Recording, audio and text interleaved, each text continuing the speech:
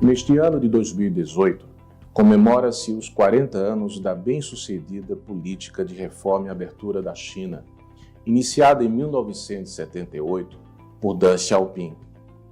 A China abriu-se para o mundo, modernizou a sua economia, promoveu a reforma das suas instituições, adaptando-as para os novos desafios.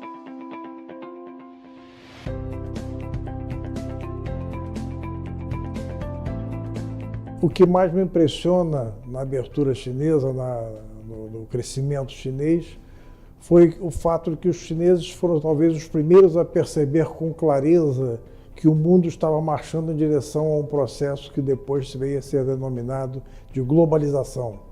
E essa globalização tinha em mente o fato de que estava havendo um processo de internacionalização dos processos produtivos, estava havendo já uma formação incipiente das chamadas cadeias globais de valor, e isso fez com que a China buscasse, para usar as próprias palavras de Deng Xiaoping, buscasse a sua correta inserção no sistema internacional.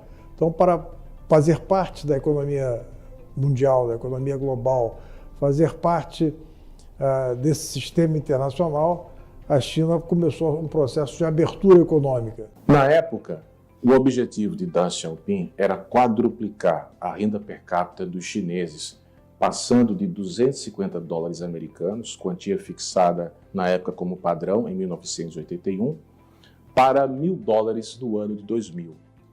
E este valor deveria ser novamente quadruplicado em meados deste século XXI. Atualmente, a renda per capita dos chineses já ultrapassou o valor de 2.000 dólares americanos, mostrando assim o sucesso da política de reforma e abertura para os chineses. Nenhum país pode aspirar a ser um grande ator no comércio internacional, um grande exportador, se não for também um grande importador.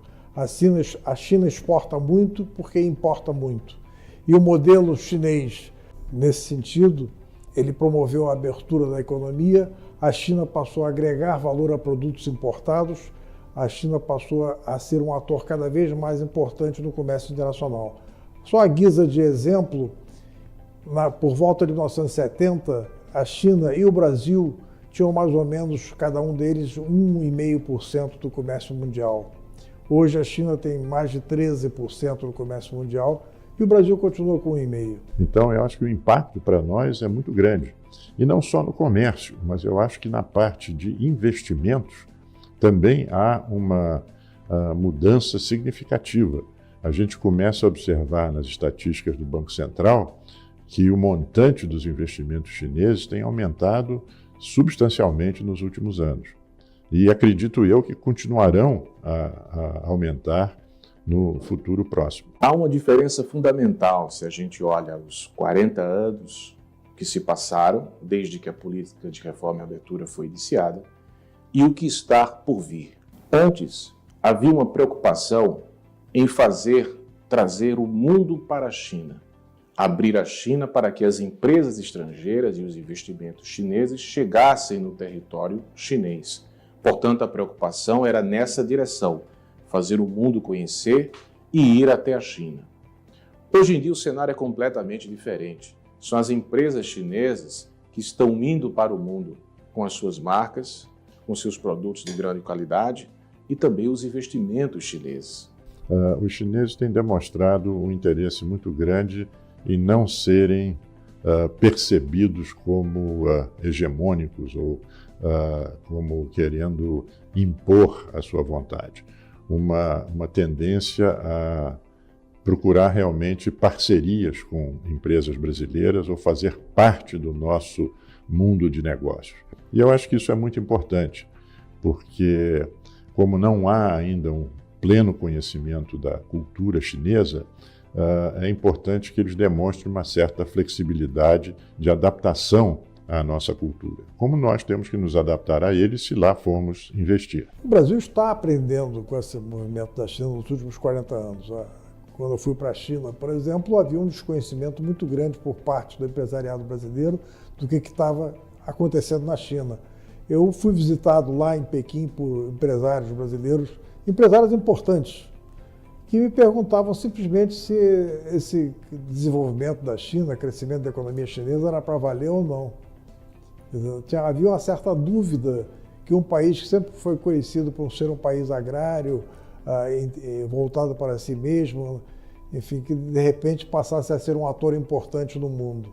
Então, nós aprendemos essas lições muito grandes e, sobretudo, nós estamos aprendendo a lição de que a promover a abertura comercial não é entregar o Brasil para o capital estrangeiro, é atrair o capital estrangeiro para que ele participe do nosso desenvolvimento, que tem como propósito fundamental aumentar o bem-estar do nosso povo. Percebe-se que a abertura da China para o mundo, ela teve impactos positivos em muitos outros países. Quando pensamos no Brasil, a China é o maior parceiro comercial do Brasil desde 2009 e também o seu maior investidor. E essa relação bilateral com o Brasil, ela ultrapassa a mera dimensão comercial, porque ela aprofunda os laços entre os povos.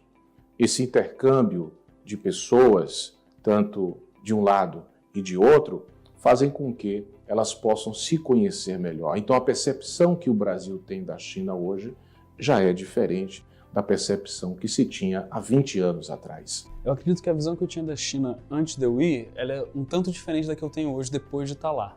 Especialmente numa questão que toca o exercício de liberdade individual.